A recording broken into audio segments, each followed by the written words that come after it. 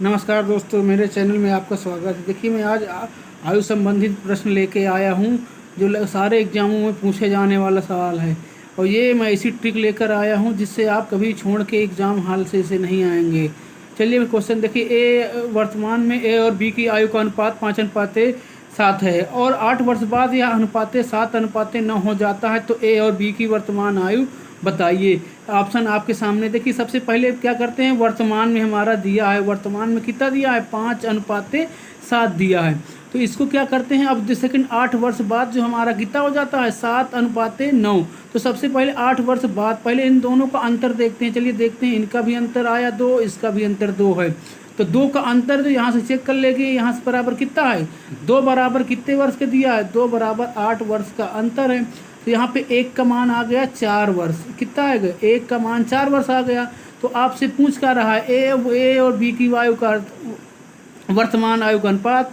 ए में बताना है तो ए का कितना है, ए का दिया है 5, तो 5 से 4 का गुणा करा देंगे, यानी कि 5 का 4 से गुणा करा देंगे, ए का अनुपात हो जाएगा, यानी ए की आयु आ जाएगा 20।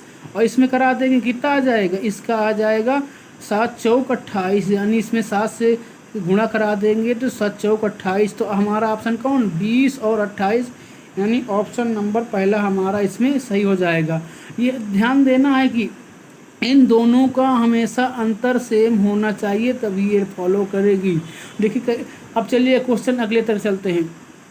पिता की वर्तमान आयु अपने पुत्र की वर्तमान आयु से 4 गुनी है, यानी पिता की वर्तमान आयु अपने पुत्र की आयु से 4 गुनी है। ठीक है, 1:4 है, यहाँ पे हो गया।